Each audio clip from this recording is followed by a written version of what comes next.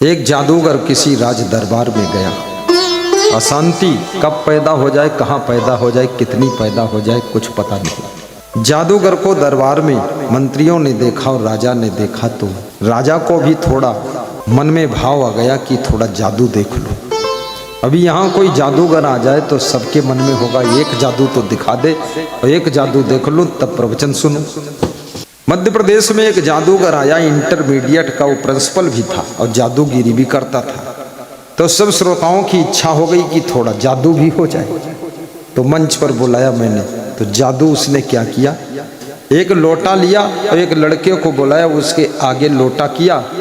लड़का पैंट पहने था, हम लोगों को दिख रहा था पैंट से पेशाब निकल रही और लोटम गिर रही। तो हमने कहा ये सच है कि गलत है। तो जादूगर बोला अगर विश्वास नहीं है तो कमंडल लगा दो फिर उसने एक कागज उठाया, उसको फाड़ दिया, टुकड़े टुकड़े कर दिया और उसके बाद कहा देखो कागज फट गया। और फिर ऐसे मुट्ठी में किया, 500 का नोट बना दिया और हमको दक्षिणा दे दिया। तो मैंने कहा सारे कागज फाड़ दे, नोट बना दे, दक्षिणा दे दे, बात खत्म हो जाए, इसी दक्षिणा से भंडारा हो जाए। तो जादूगर बोला ना तो कागज का नोट बन सकता है और ना तो वो पेशाब निकल रही थी, ये खाली आपकी दृष्टि भ्रमित हो गई थी, बाकी सब ज्यों का त्यों था। तो जादूगर बड़े विलक्षण होते हैं। तो जादूगर से राजा ने कहा एक जादू दिखा दे। तो जादूगर भी उमंग में आ गया। उमंग में जब मनुष्य आता है तब उससे थोड़ा भूल चूक त्रुटि होने लग जाती है। और उसने ऐसा जादू चलाया कि राजा के सिर पर जो सोने का मुकुट रखा हुआ था उड़ा चला गया, उड़ गया, गायब हो गया। राजा के बाल खुल गए, खोपड़ी खुल गई। राजा को गुस्सा आ गई कि हद हो गई, अरे मनोरंजन करो तो इतना करो कि राजा की बेइज्जती कर दिया, मुकुट ही गायब कर दिया। राजा को गुस्सा आ गई, राजा ने उसको जेल में डाल दिया। जब जेल में डाल दिया तो जादूगर की पत्नी जादूगरनी वो शाम को ढूंढते ढूंढते आई। वो जादूगर से जेल में जाकर मिलन किया और कहा मैं तो बहुत पहले से कह रही थी जादूगिरी छोड़ दो, आज तुम्हारे ऊपर जादू चल गया, जेल में पड़े हो, देखो दशा खराब हो गई। जादूगर ने कहा चिंता मत करो। अरे बोले अंदर अशांति पैदा हो गई, कब तक जेल में सड़ते रहोगे, कुछ पता नहीं, राजा का मामला है, आजन्म कारावास हो सकता।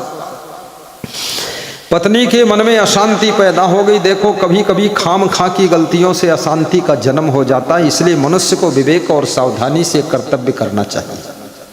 जोश खरोश में, उमंग में, तरंग में, जुंग में जो भी कदम उठाओगे उसका परिणाम केवल अशांति होगा, दुख होगा, उलझन होगी, द्वंद्व होगा और उसका परिणाम जिंदगी को तहस नहस करने वाला भी हो सकता है। इसलिए हमेशा होश में कदम उठाइए, जुंग और जोश में कदम मत उठाइए। तालियां भी जोर से बजाइए क्योंकि शाम हो रही है।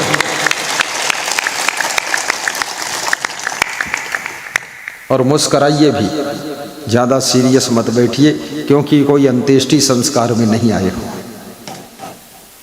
ये दिव्य संस्कार लेने के लिए आए हो। धर्म के संस्कार, भक्ति के संस्कार, मानवता के संस्कार, भारतीय संस्कृति के संस्कारों को संग्रह करने के लिए यहाँ आए हो। यहाँ कोई अंत्येष्टि संस्कार का कार्यक्रम नहीं है। और जीते जी जो शुभ संस्कारों से अपने जीवन को विभूषित कर लेता है, याद रखना उस व्यक्ति के अंत्येष्टि संस्कार में चाहे कम लोग आए चाहे ज्यादा लोग आए, लेकिन जिंदगी में अर्जित किए हुए शुभ संस्कार ही उसकी आत्मा का बेड़ा पार कर देते हैं। ये तो शरीर को जलाना इसलिए पड़ता है क्योंकि प्रदूषण फैलता है, शरीर को इसलिए मिट्टी में दबाना पड़ता ताकि प्रदूषित वातावरण न बने। बाकी जीवन में अच्छे अच्छे संस्कार अर्जित कीजिए, वही संस्कार आपको संसार सागर से पार करने में मदद करेंगे। सब दया से बड़ा कोई धर्म नहीं, तृष्णा से बड़ा कोई रोग नहीं, शांति से बड़ा कोई तप नहीं, संतोष से बड़ा कोई सुख नहीं। माता पिता को भी बहुत संतोष रखना चाहिए। जो लोग जितना अधिक उम्र में बड़े हैं उनको उतना अधिक संतोष करना चाहिए। सास ससुर को बड़ा संतोष रखना चाहिए, गुरु को भी संतोष रखना चाहिए, क्योंकि याद रखना संसार में एक ऐसा बिंदु है, पॉइंट है जहां संतोष की ही जरूरत पड़ती है। भोजन बनाने वाले ने कितना अच्छा भोजन बनाया हो लेकिन कुछ न कुछ तुमको नापसंद भी होता है, वहां संतोष कर लीजिए। बिस्तर लगाने वाले ने बहुत अच्छा बिस्तर लगाया है, लेकिन आपको थोड़ा कुछ कम पसंद आएगा तो संतोष कर लीजिए। मकान बनाने वाले ने बहुत अच्छा मकान बनाया है, वो अपने दिल खोल कर कहता आइए सुंदर मकान है, लेकिन तुमको लगता है थोड़ा कसर है, उसमें संतोष कर लीजिए। जो सासुएं संतोष कर लेती हैं उनका बहुओं से झगड़ा नहीं होता है, और जो बहुएं संतोष पूर्वक सहनशीलता से सासू के साथ में रहती हैं वो सासू को निभा लेती हैं। याद रखना, सासू बहू को निभाए इस बात का इंतजार मत करना, सब बहुओं मिलकर के अपनी अपनी बूढ़ी सासुओं को निभा लेना, क्योंकि सासू ऐसे है जैसे सूखी हुई लकड़ी, अब न मुड़ सकती है न झुक सकती है, और बहू ऐसे है जैसे गीली लकड़ी, अब मुड़ भी सकती है झुक भी सकती है। तो बहुओं तुम ही झुक जाना और सासू को झुकाने की कोशिश मत कर। गया जादूगर ने अपने जादू से गायब कर दिया। राजा साहब नाराज हो गए, जादूगर को जेल में डाल दिया। बड़े लोगों के पास बड़े समझ से काम करना चाहिए।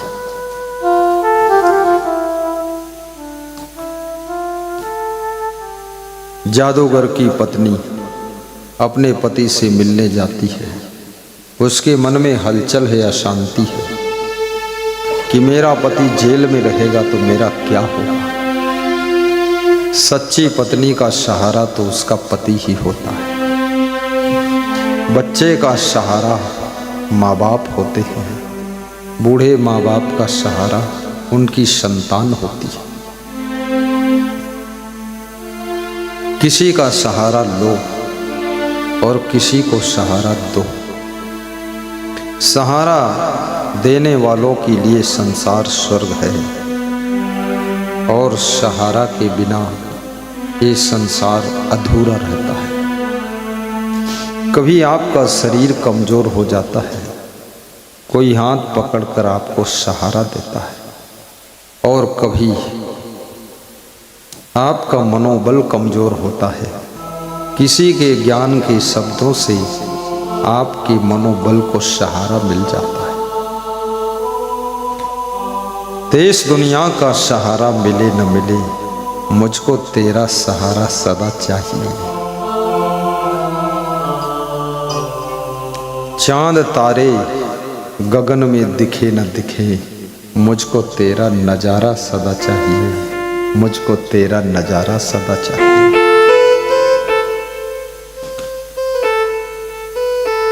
कई बार तुम घबरा जाते हो, तुम्हारी हिम्मत को बढ़ाने का काम तुम्हारी पत्नी करती है। कई बार स्त्रियां बहुत दुखी हो जाती हैं, उनके मनोबल को बढ़ाने का काम देवरानी जेठानी एक दूसरे का मनोबल बढ़ा देती है। मनोबल बढ़ाना भी एक सेवा है। मन को टूटने मत देना। आत्मबल सबसे बड़ा बल है। आँख से बड़ा कोई प्रकाश नहीं, मेघ के जल से बड़ा कोई जल नहीं, अन्न से बड़ा कोई प्रिय पदार्थ नहीं, और आत्म बल से बड़ा कोई बल नहीं। चाणक्य ने बहुत सुंदर कहा है, नास्त मेघ समम तोयम, नास्त चा आत्म समम बलम, नास्त चच्छ समम तेजो, नास्त चा अन्न समम प्रियम। आपके पास में सोना हो, चांदी हो, रुपये हो, लेकिन जब भूख लगती है तो दाल चावल सब्जी रोटी पूड़ी कचौड़ी समोसा ही आपको खाना पड़ता है। कोई रुपयों की गड्डी नहीं खा सकता है। ना तो सोना चांदी आप खा सकते हो, लेकिन याद रखना, संसार में भूख केवल भोजन की ही नहीं होती है। संसार में भूख प्रेम की भी भूख बहुत है। प्रेम में पैसे तो नहीं लगते हैं, लेकिन जिसको प्रेम मिल जाता है उसका दिल भर जाता है। और जिसको प्रेम मिलता है दिन भर काम करता है तो भी नहीं थकता है। जिसको प्रेम नहीं मिलता है वो काम तो कुछ भी नहीं करता है फिर भी थक जाता है। इसलिए अपने पति को प्रेम दीजिए, तो आपका पति डबल काम करेगा और थकान नहीं होगी। जब देखोगे तो उसके चेहरे पर मुस्कान होगी। अपनी पत्नी को भी प्रेम दीजिए। कितने लोग अपनी पत्नी को कपड़े तो बहुत अच्छे देते हैं लेकिन प्रेम नहीं देते। और प्रेम देने का अर्थ ये है, यदि आपने किसी स्त्री को पत्नी बनाया है तो फिर दूसरे की पत्नी की तरफ आपका लगाव नहीं होना चाहिए, दूसरी तरफ आकर्षण नहीं होना चाहिए। नारी का सबसे बड़ा दुख यही होता है कि मेरा पति दूसरी स्त्रियों के साथ में क्यों ध्यान देता है। एक पत्नी व्रत का पालन करो, एक पति व्रत का पालन करो, एक गृहस्थ आश्रम का सबसे बड़ा तप है। और संत आश्रम का संन्यास जीवन का तप है ब्रह्मचर्य व्रत है। ब्रह्मचर्य व्रत कहीं खंडित ना हो जाए, इसके लिए थोड़ा चिंता कीजिए, क्योंकि ब्रह्मचर्य एक दौलत है, ब्रह्मचर्य धन है। धन खो जाएगा, कल कमा लोगे, अगर ब्रह्मचर्य टूट गया तो फिर कैसे अखंड ब्रह्मचर्य बनेगा। इसलिए साधु को अपने ब्रह्मचर्य का अखंडता से पालन करना। जब जादूगर की पत्नी रोने लगी, रोने से दुख बढ़ सकते हैं, घट नहीं सकते। हिम्मत चाहिए इंसान को हैरानी में, बना हुआ काम बिगड़ जाता है नादानी में।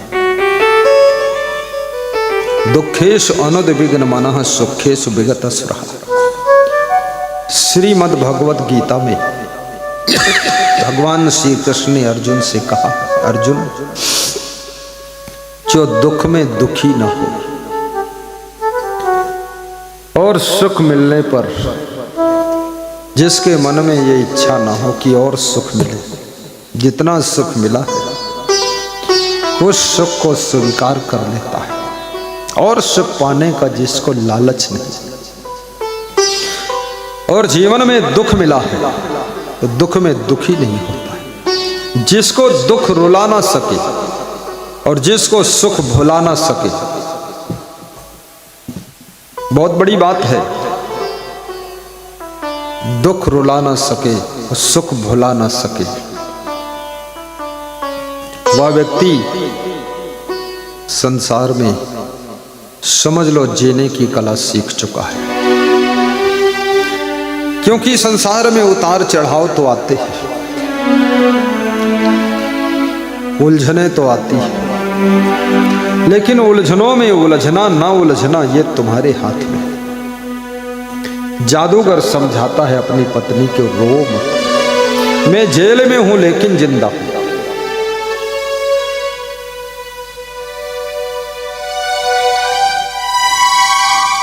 तब तक राजा जेल में जादूगर को देखने के लिए आया। जादूगर की पत्नी रो रही थी, जादूगर हंस रहा था।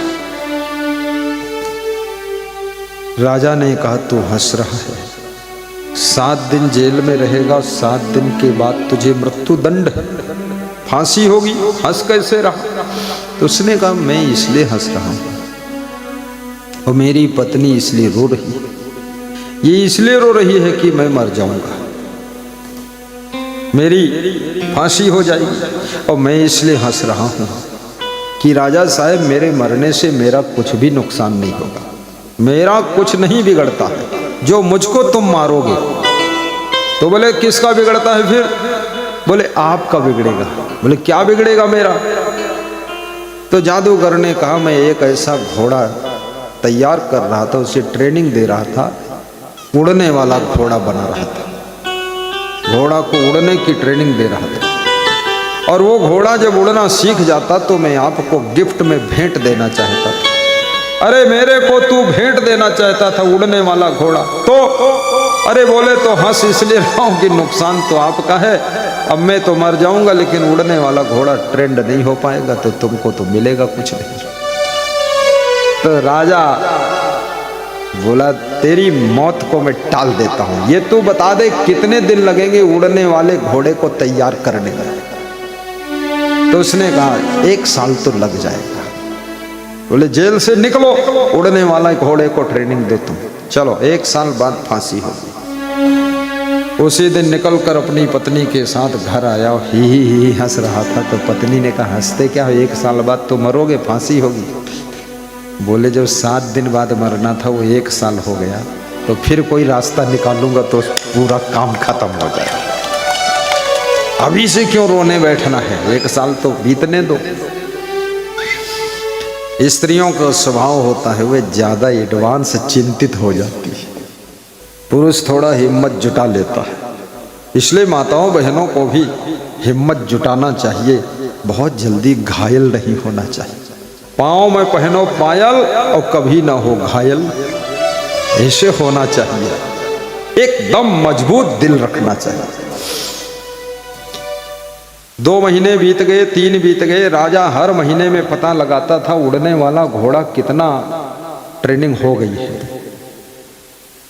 तो जादूगर समाचार भेजता था कि थोड़ा सा उड़ता है, 1 फीट ऊंचे उड़ता है, लेकिन उसको 100 फीट ऊंचे उड़ना सिखाना है, ताकि युद्ध हो तो हमारा राजा घोड़े की पीठ पर बैठ करके उड़ करके जाए और दूसरे राजा के भाला भोंक दे, फिर उड़कर वापस आ जाए। ऐसा तैयार कर रहा हूं। 6 महीने बीत गए। राजा अचानक बीमार हो गया, और ऐसी बीमारी थी कि घर में बीमारी फैली तो राजा रानी दोनों मर गए। राजा रानी मर गए और 9 महीने बाद घोड़ा भी मर गया। अब कौन उड़ने वाला घोड़ा भी मर गया, और जिनके लिए उड़ने वाला घोड़ा तैयार हो रहा था वो भी मर गए। सब भूल भाल गए। राजा की मृत्यु में सब दूसरा कार्यक्रम शुरू हो गया, और जादूगर अपने घर में बढ़िया सोता था, हंसता था। पत्नी से बोला देख ले तमाशा, ये भी जादूगरी का ही काम है, ना मुझे फांसी होगी, कुछ नहीं होगी, ना तेरी हंसी होगी, जो भी होगा सब खुशी होगी। राजा गया मर, उड़ने वाला घोड़ा। तो पत्नी ने पूछा एक बात बताओ, उड़ने वाला घोड़ा वास्तव में तुम तैयार कर रहे थे? बोले तू भी पागल है, घोड़ा कहीं उड़ता है। बोले तो फिर? बोले झूठ बोले कौवा काटे, झूठ बोलकर जान बच गई, मर गया राजा। इसलिए चिंता मत करिए कब क्या समीकरण चेंज हो जाए, आप घबराते क्यों? कभी हानि में अपने आप को दुखी मत होने दीजिए। जब भरत जी रोने लगे तो गुरु वशिष्ठ समझाने लगे कि सुनहु भरत भाभी प्रबल, बिलखि कहो मुनिनाथ, हानि लाभ जीवन मरण जस अपजस विद्यात। अरे भरत क्यों रो रहे हो, क्यों विह्वल हो रहे हो, क्यों इतना दुखी हो रहे हो? राम वन को चले गए हैं, लक्ष्मण सीता भी वन चली गई हैं, और राजा दशरथ तुम्हारे पिता परलोक चले गए हैं। अब धैर्य बांधो, होनी ना ही टले। कभी कभी तुम बहुत अच्छा करते हो, लेकिन फिर भी नुकसान ही नुकसान होता है। मैं मध्य प्रदेश में उज्जैन में एक भक्त के घर गया तो भक्त बोला ये मेरे भांजे लोग हैं, ये जो काम करते उसमें नीचे चले जाते, तो इनको कुछ आप करो, आशीर्वाद करो। बोले ये करोड़ों में नीचे चले गए, और मैं इनसे कहता हूं तू कुछ काम मत कर, खेती ही कर, लेकिन ये कुछ न कुछ करते हो, और जो भी खेती में बचता वो सब फिर नीचे चले जाते। किस्मत साथ नहीं देती है तो सोना छुओ मिट्टी हो जाता है, और जब किस्मत साथ देती है तो मिट्टी छू लो वो भी सोना बन जाता है। इसलिए मैं निवेदन करूंगा कभी घबराना नहीं चाहिए। दुख में मत घबराना पंछी, यह जग दुख का मेला है, चाहे भीड़ बहुत अंबर पर, उड़ना तुझे अकेला है।